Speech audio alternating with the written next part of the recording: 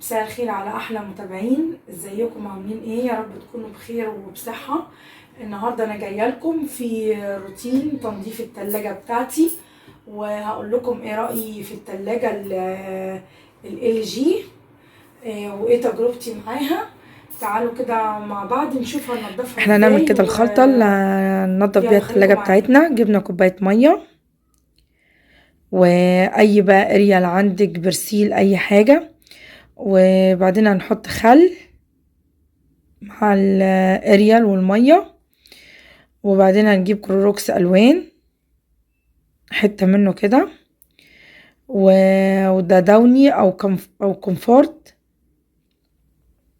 نحطهم كده. وبعدين نجيب معلقة بتاعتنا كده ونقلبهم مع بعض، ودي تبقى الخلطة اللي انا هنضف بيها التلاجة بتاعتي. طبعا بفوطة، بجيب فوطة بقى وهنشوف كده مع بعض هنعمل بيها ايه. طبعا بقلبها كويس جدا عشان الاريال اللي انا حطيته يدوب كويس. وابتديت طبعا افضي التلاجة، الحاجات بقى اللي جواها شايفين بقى حاجات مكركبة، لانشون وصلصة وحاجات كده كلها كده مكركبة، ببتدي كله بقى اشيله، وعلب الجبنة والحاجات دي كلها، كل دوت ببتدي كده اشيله. طبعا بعد ما شيلته فضيتها خلاص، بشيل بقى الرفوف بتاعتها، طبعا الرفوف بتاعتها بايركس. ابتديت بقى ان انا اغسل كده الرف كده على الحوض، يعني جبت الليفة بتاعتي كده واغسله كده بالصابون السائل عادي بتاعي. وطبعا بغسله كده، بعد كده بشطفه بقى بعد ما غسلتها كده من ناحيتين. وطبعا حلوة الرفوف البايركس دي انها بتستحمل يا جماعة، مش زي كان عندي في التلاجة التوشيبا، الرفوف كانت بلاستيك فكانت بتتكسر على طول لو حطيت اي حاجة تقيلة. وطبعا كده بعد ما غسلته ببتدي ان انا انشفه بقى، بجيب فوطة نظيفة كده وانشفه بيها طبعا، واسيبه بقى كده لغاية ما ينشف. وطبعا جبت بردك الرف التاني نفس الحكاية، وبردك غسلته كده، يعني جبته في الحوض وبغسله بالشكل ده كده من ورا ومن قدام كله، عشان لو في اي حاجة بقى لازقة، بواقي اكل، اي شيء بقى، اي حاجة نازلة عليه طبعا بتبتدي تنضف معايا وما تمسكش فيه. بصراحة البايركس جميل جدا ان هو بينضف بسهولة وحلو قوي يعني.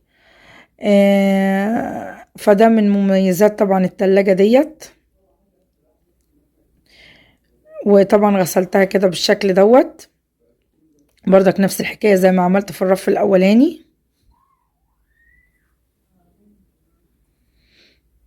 طبعا بلاقي فيه اي حاجة كده لازقة ببتدي ان انا اطلعها كويس، بس كده اهوت. ابتديت اصفيه طبعا من المية، وبرضك نشفته وسبته بقى. طبعا جبت الخلطة اللي انا عملتها في اول الفيديو، وجبت الفوطة بتاعتي، وابتديت ان انا اعصرها كده من الخلطة. وطبعا هبتدي بقى اروح للتلاجة، رحت كده للتلاجة، ابتديت بقى ان انا امسح ده من فوق اللي هو الرف بتاع التبريد بتاع التلاجة بتاعتي، اللي هو بقى اي فراخ انا بطلعها او سمك او اي حاجة انت عايزة تستعمليها طبعا في اليوم، انا بطلعها من الفريزر وابتدي اخليها فيها لغاية ما استعملها كده اخر النهار، او في اي وقت كده انا عايزة استعملها كده اليوم اللي بعده. بتحفظ لي التبريد بتاعها وما تبوظهاليش طبعا، غير ان لما انا اركنها على الحوض او اسيبها كده من بره. فطبعا يعني الرف ده او الدرج ده جميل جدا وحلو قوي. طبعا بصوا بقى يلمع ازاي بالخلطة اللي احنا عملناها مع بعض كده. مسحتها كويس جدا من فوق ومن تحت وكله. وشايفين يا جماعة بقى اللمبة اللي بتنور الزرقاء ديت، ده الهيجين فريش اللي هو بينقي لي التلاجة من اي روايح، او البيئة بتاعة التلاجة، ما يخليش اي روايح في التلاجة وحشة. اهو الهيجين فريش هو مكتوب عليه كده اهوت. وطبعا انا هوريكم انا بتحكم فيه ازاي او بشغله ازاي عن طريق ايه في التلاجة. خليكم معايا لاخر الفيديو واحنا هنشوف مع بعض كل الحاجات دي. بصوا بقى التلاجة بقت ايه، بقت بتلمع ازاي. الخلطة جميلة جدا، جربيها معايا وانتي مش هتندمي خالص، وهتطلع لك لو في اي حاجة ماسكة في الرفوف بتاع التلاجة من الجناب من اي حاجة، هتطلعها تبقى حلوة قوي قوي، هتطلعها معاكي بسهولة جدا.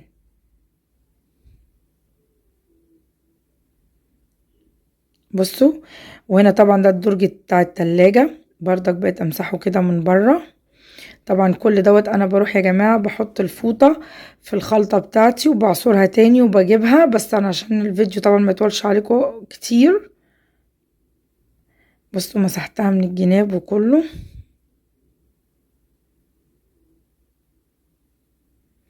وابتديت طبعا امسح الدرج كده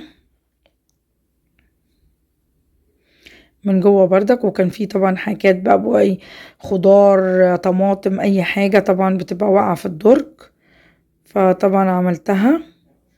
انا بصراحة بخاف ان انا اطلع الدرج ده كتير، لانه الدرج اللي قبل كده مني بقى يتكسر، فبخاف يعني بحاول ان انا امسحه كده وهو فيه، لان هو بصراحة يعني مش متوسخ قوي لدرجة ان انا ايه اشيله واغسله. رأيكم بقى في كده في النظافة؟ بصوا نضفتها ازاي. وابتديت هنا بردك نفس الحكاية كده، اشيل بردك الحاجات دي كده، البيض هنا، وامسح بردك الرف دوت بتاع البيض اللي انا بحط فيه البيض بردك بنفس الخلطة اللي انا عاملاها بالفوطة. مسحتها كويس بالشكل ده. وابتديت طبعا كان هنا بقى عاملين لي مخزن ادوية، شركة ادوية، طبعا انتوا عارفين الاطفال كلها على طول عيانة، فعلى طول بقى الادوية دي موجودة يعني. فابتديت طبعا امسحه، مسحته كده بالشكل ده. وطلعت كمان هنا كمان، هي بصراحة ميزتها انها حلوة وواسعة وبتاخد حاجات كتير معايا، غير التوشيبا. التوشيبا كنزة كده وضيقة شوية، يعني ضيقت شوية علينا، فبالتالي قلت ايه ديت عائلية شوية وتنفعنا. وطبعا كل واحد بقى حسب المساحة اللي عنده وامكانياته. هي احلى حاجة فيها. وطبعا بصت هنا بقى مسحت كله. ابتديت بقى ان انا اجي من بره كده بردك بالفوطة اللي انا عملت بيها، امسحها بقى من بره من الايدين بتاعة الاطفال او ايدينا او اي حاجة. وطبعا هي دي فيها شاشة ديجيتال بظبطها وبعملها كده.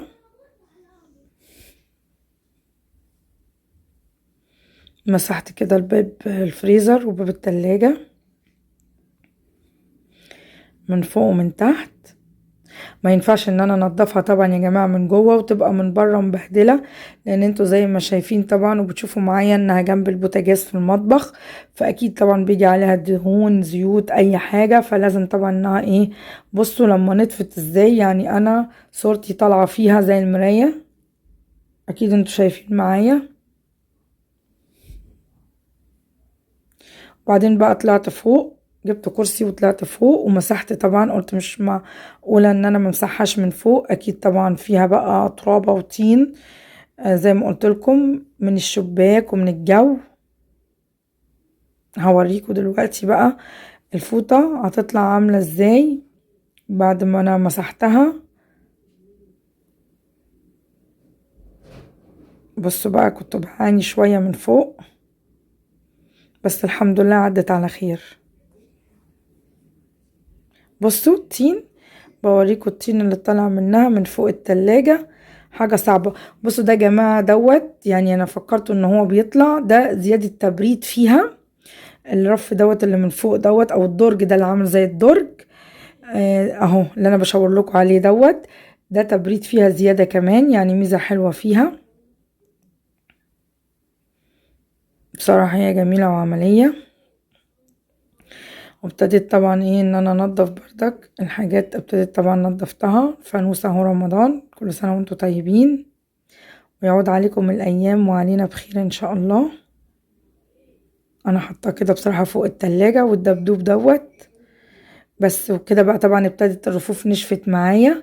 ابتديت ان انا احطها ليها على فكرة حطية، يعني مش اي حاجة. بصوا بقى احلى حاجة ان فيها وسع ما بين الرفوف كمان، يخلينا ان احنا ايه نحط فيها زي ما احنا عايزين.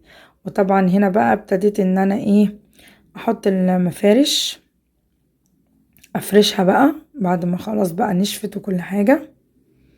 احط المفارش بتاعت التلاجة علشان طبعا اي حاجة برضك ما تمسكيش تاني في الرفوف بتاعتها. وبتديها منظر جميل قوي كده يا بنات، وبتخلي شكلها حلو جدا، بحيث اي حد يفتحها كده يقول يلاقي شكل جميل ومنظر جميل ونظافة وحلو قوي. طبعا دي بتتباع في اي حتة وطبعا رخيص جدا، يعني عادية اللي هي المفارش بتاعت التلاجة دي.